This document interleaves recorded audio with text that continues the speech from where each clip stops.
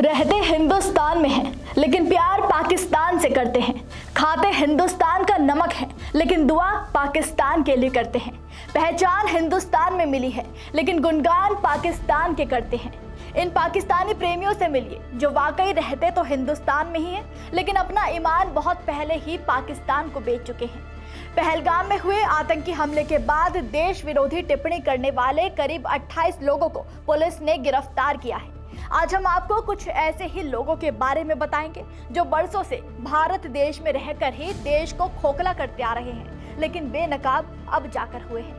नमस्कार, हमारे बेहद खास शो ये हिंदुस्तान है संविधान से चलेगा में आपका स्वागत है और मैं हूं आपके साथ महक सादाई।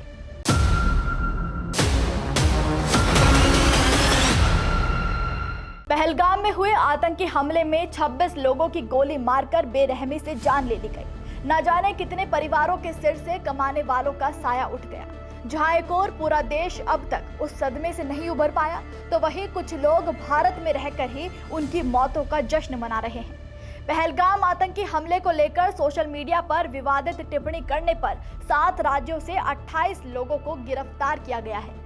इन राज्यों में उत्तर प्रदेश, मध्य प्रदेश, छत्तीसगढ़, झारखंड, असम, मेघालय और त्रिपुरा में रहने वाले कुछ चुनिंदा लोग हैं जिन पर पुलिस ने एक्शन लिया है। इन सभी गिरफ्तारियों में असम के विपक्षी पार्टी AIUDF के विधायक से लेकर एक पत्रकार, एक वकील, 2 रिटायर्ड टीचर और 23 स्टूडेंट्स शामिल हैं।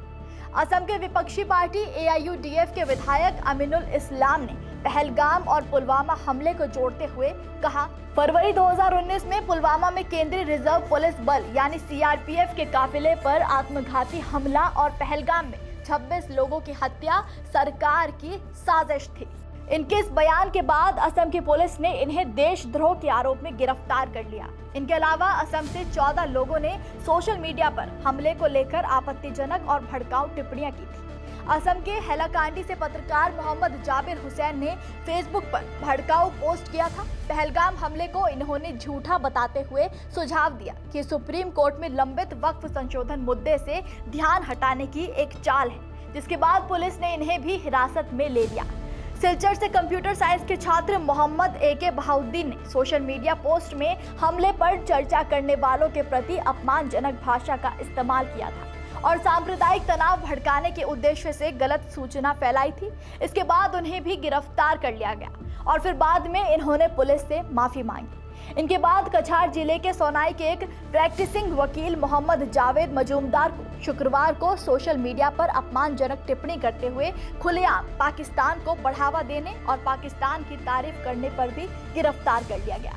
मोरीगांव से मोहम्मद महाहार मियां, इन्हें पहलगाम हमले का कथित तौर पर महिमा मंडन करने और नागरिकों की हत्या को अच्छा काम बताने के बाद मोरीगांव से ही गिरफ्तार किया गया। इनके अलावा त्रिपुरा में भी 4 लोगों को गिरफ्तार किया गया है। इसमें धलाई जिले के रिटायर्ड टीचर जवाहर देवनाथ और धर्मनगर से रिटायर्ड टीचर सजल चक्रवर्ती शामिल हैं। मेघालय में साइमन शाइला को पूर्वी खासी हिल्स जिले से गिरफ्तार किया गया। इन सभी पर भारत विरोधी टिप्पणियां करने का आरोप है। और इनके अलावा राजस्थान के एक सरकारी शिक्षक जशवंत डाबी को भी पुलिस ने गिरफ्तार किया, क्योंकि इन्होंने पुलवामा हमले और पहलगाम हमले को झूठा प्रोपेगेंडा बताया था।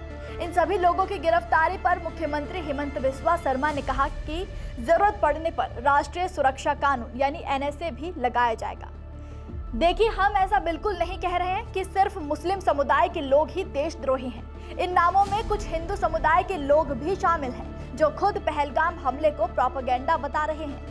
देश में कुछ ऐसे ही लोग हैं जो आज देश की मुश्किल घड़ी में साथ नहीं हैं। जिस वक्त हमारी सरकार को हमारी सबसे ज्यादा जरूरत है, उस वक्त में यहाँ कुछ लोग इस हमले को प्रोपेगेंडा बता रहे हैं। यानी कि पहलगाम में जिन 26 लोगों की जानें गई, वो सब इनके लिए सिर्फ एक मजाक है। बेशर्मी की हद है। और अब जरा इन पाकिस्तान प्रेमी महिलाओं को भी देख लीजिए। ये महिलाएं घूम तो भारत की सड़कों पर रही हैं, लेकिन सड़कों पर पड़े पाकिस्तानी झंडों को देखकर ये बिलबिला उठी। इन्हें बहुत गहरी चोट पहुंची है और दोनों मैडम बजरंग दल वालों को गालियां देने लगी और झंडे को उठाकर इकट्ठा करके अपने साथ अपने घर में सजाने के लिए ले गए। मतलब आप समझ पा रहे हैं कि कितनी नफरत इनके मन में भारत के लिए है और कितनी वफादारी पाकिस्तान के लिए है। ऐसे लोगों को देशद्रोही ना कहा जाए तो और क्या कहा जाए। आखिर ये इतने समय से कहां छिपे बैठे थे? कब से ये जहर इकट्ठा किए बैठे थे जो अब जाकर उगल रहे हैं? जिस पाकिस्तान ने हमेशा भारत पर आतंकवादी हमले किए, जो पाकिस्तान हमेशा हिंदुस्तानियों पर अत्याचार करता रहा, उस पाकिस्तान के प्रति इन भारतीयों में हमदर्दी है। और ये शर्मिंदगी की बात किसी विशेष समुदाय के लिए नहीं है, बल्कि ये शर्मिंदगी एक नागरिक होने के लिए है। ये कहते तो खुद को भारतीय नागरिक हैं, लेकिन वफादारी गद्दार पाकिस्तान के लिए रखते हैं। शर्म आनी चाहिए ऐसे लोगों को। ऐसे देशद्रोही लोग जो सरकार को टारगेट कर रहे हैं, भड़काऊ गंदी भाषा का प्रयोग करके आतंकवादियों का समर्थन कर रहे हैं, उनके लिए हमारे भारत देश में कानून है जिसके तहत कड़ी सजा भी मिलती है। UAPA यानी कि अनलॉफुल एक्टिविटीज प्रिवेंशन एक्ट, ये एक भारतीय कानून है जो आतंकवाद से निपटने के लिए और उन लोगों के लिए बनाया गया है जो भारत की संप्रभुता और अखंडता को खतरे में डालने का काम करते हैं, जैसे देश के खिलाफ भड़काऊ भाषण देना, आतंकवादी हमलों की सराहना करना, सोशल मीडिया पर भड़काऊ नारे या फिर कोई गलत मैसेज लिखना। UAPA सरकार को उन संगठनों को प्रतिबंधित करने की अनुमति देता है जो गैर कानूनी गतिविधियों में शामिल है। UAPA के तहत पुलिस को गैर कानूनी गतिविधियों में शामिल व्यक्तियों को गिरफ्तार करने और उनकी संपत्ति की कुर्की करने का भी पूरा अधिकार है। इसमें न्यूनतम 5 साल से लेकर आजीवन कारावास तक की सजा का प्रावधान है। इसके अलावा BNS यानी भारतीय न्याय संहिता की धारा 152 अलगाववादी भावनाओं को प्रोत्साहित करने और भारत की संप्रभुता, एकता या अखंडता को खतरे में डालने वाले कृत्यों को भी अपराध मानती है। इस धारा के तहत आजीवन कारावास या 7 वर्ष तक का कारावास और जुर्माना लगाया जा सकता है। BNS की धारा 196 के तहत यदि कोई व्यक्ति धर्म, नस्ल, भाषा, क्षेत्र, जाति या समुदाय के आधार पर किसी भी समूह के खिलाफ शत्रुता को बढ़ावा देने का प्रयास करता है तो उसे दंडित किया जा सकता है। इसमें 5 साल तक के कारावास और जुर्माना भी हो सकता है। BNS की धारा 197 के तहत यदि कोई व्यक्ति झूठी या भ्रामक जानकारी बनाता है या प्रकाशित करता है जो भारत की संप्रभुता, एकता, अखंडता या सुरक्षा को खतरे में डालती है तो उसे दंडित किया जा सकता है। इस धारा के तहत सजा 3 साल तक के कारावास और जुर्माना हो सकता है। इसके अलावा BNS की धारा 113 और 352 भी देश की शांति भंग करने और आतंकवादी कृत्यों से संबंधित है और इसमें भी सजा का प्रावधान है। आपको बता दें कि पहलगाम हमले के आतंकवादियों का सीधा तार यानी कनेक्शन पाकिस्तान से जुड़ता है। हमले में शामिल सभी आतंकवादी पाकिस्तान स्थित आतंकी संगठन लश्कर-ए-तैयबा के हैं। ना जाने कब से हम पाकिस्तान को उसकी गुस्ताखियों के लिए माफ करते आ रहे थे, लेकिन अब पानी सिर से ऊपर जा चुका है और अब यही कारण है कि अब देश में पाकिस्तानी विरोध की ज्वाला भड़क उठी है जो पाकिस्तान को खतरनाक इंतकाम दिखाने के बाद ही थमेगी।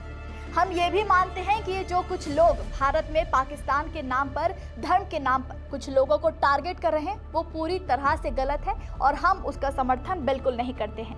लेकिन ये जो भारत के कुछ चुनिंदा लोग हैं जो अपने अंदर पाकिस्तान प्रेम का शरबत घोल कर बैठे हैं, वो जरा ध्यान से सुन ले कि आप भारत में हैं तो सुरक्षित भी हैं। आपके धर्म का भी भारत में सम्मान होता है, तो वहीं पाकिस्तान में रहने वाले हिंदुओं का हाल जानते हैं आप? यहाँ तो फिर भी आप चैन और अमन से जी रहे हैं। वहाँ धर्म के नाम पर उनको टारगेट किया जाता है, उन पर अत्याचार किया जाता है, उन्हें खुलकर सांस तक लेने नहीं दिया जाता है। उन लोगों के बारे में सोचिए और आप भारत में रहकर पाकिस्तान का समर्थन करते हैं। सावधान हो जाइए और ये गद्दारी आज ही छोड़ दीजिए, क्योंकि यहाँ सबका हिसाब होगा। ये हिंदुस्तान है साहब, संविधान से ही चलेगा।